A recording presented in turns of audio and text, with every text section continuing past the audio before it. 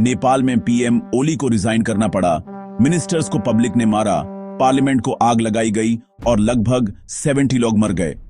Army को curfew लगाना पड़ा। लेकिन सबसे बड़ी बात, क्या यह प्रोटेस्ट्स एक जेन्युइन यूथ मूवमेंट है या कोई फॉरेन हैंड की कंस्पिरेसी?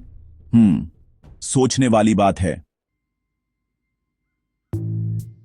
इस वीडियो में हम डिस्कस करेंगे प्रोटेस्ट की शुरुआत, असली गुस्से के रीजंस, मिनिस्टर्स पर attack, death toll, conspiracy theories और सबसे बड़ा सवाल, अब नेपाल का अगला प्राइम मिनिस्टर कौन हो सकता है। सब शुरू हुआ जब नेपाल गवर्नमेंट ने सोशल मीडिया बैन कर दिया। व्हाट्सएप, इंस्टाग्राम, फेसबुक सब बैंड। सरकार ने बोला मिस इन्फॉर्मेशन और फ्रॉड रोकने के लिए बंद है, लेकिन यूथ ने इसे अपनी फ्रीडम पर अटैक माना और तुरंत स्ट्रीट्स पर आ गए।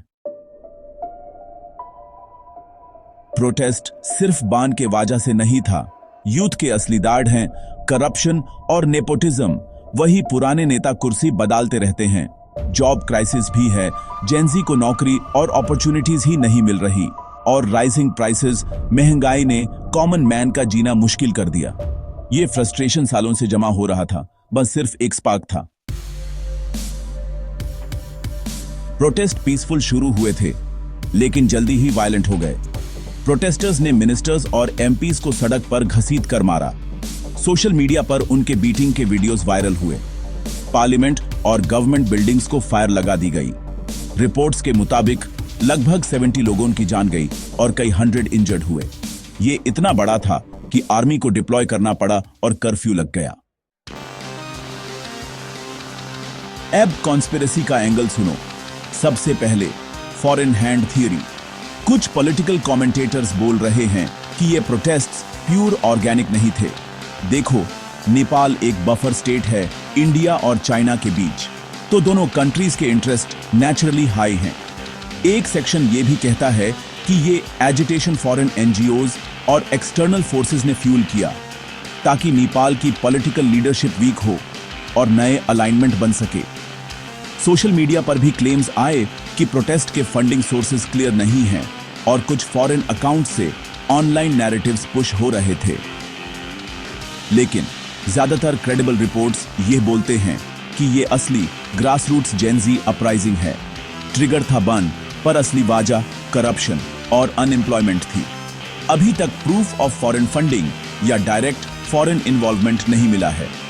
तो सच क्या है? फॉरेन हैंड थ्योरी इंटरेस्टिंग है, लेकिन अभी तक सॉलिड एविडेंस नहीं मिला। लेकिन जियोपॉलिटिक्स के हिसाब से सस्पिशंस तो हमेशा रहेंगे। ओली के रिजाइन करने के बाद बड़ा सवाल है, अब नेक्स्ट प्राइम मिनिस्टर कौन? कुछ लोग बोल रहे हैं कि एक इंटरिम गवर्नमेंट बनेगी जिसमें एक न्यूट्रल फेस हो सकता है, जैसे फॉर्मर चीफ जस्टिस या टेक्नोक्रेट्स। ऑपोजिशन लीडर्स भी पावर ग्रैब की कोशिश कर रहे हैं, लेकिन यूथ उन्हें भी करप्ट ओल्ड गार्ड मानते हैं। एक नया यूथ बैक्ड लीडर भी आ सकता है, लेकिन अभी क्लियर फेस सामने नहीं आया। यानी नेपाल अभी पॉलिटिकल अनसर्टेनिटी में है। इंडिया के लिए यह सिचुएशन काफी सेंसिटिव है। नेपाल एक स्ट्रेटेजिक नेबर है। ओपन बॉर्डर, ट्रेड और माइग्रेशन सब डायरेक्टली इंपैक्ट होते हैं। अगर नेपाल अनस्टेबल रहता है तो इंडिया के सिक्योरिटी और इकोनॉमिक प्रोजेक्ट्स पे प्रेशर आएगा, और चाइना भी नेपाल में अपना इन्फ्लुएंस बढ़ाने की कोशिश करेगा। इसलिए इंडिया क्लोजली वॉच कर रहा है। तो दोस्तों, नेपाल के प्रोटेस्ट एक सिंपल सोशल मीडिया बंद से शुरू हुए, लेकिन अब ये पूरा पॉलिटिकल अर्थक्वेक बन चुके हैं।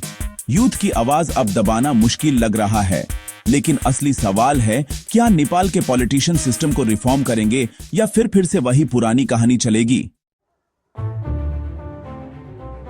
आपको क्या लगता है? नेपाल के प्रोटेस्ट्स में फॉरेन हैंड है या ये सिर्फ यूथ की असली आवाज है? कमेंट्स में लिखिए। और अगर आपको रीजनल पॉलिटिक्स का ऐसा एनालिसिस चाहिए तो सब्सक्राइब करना ना भूलना।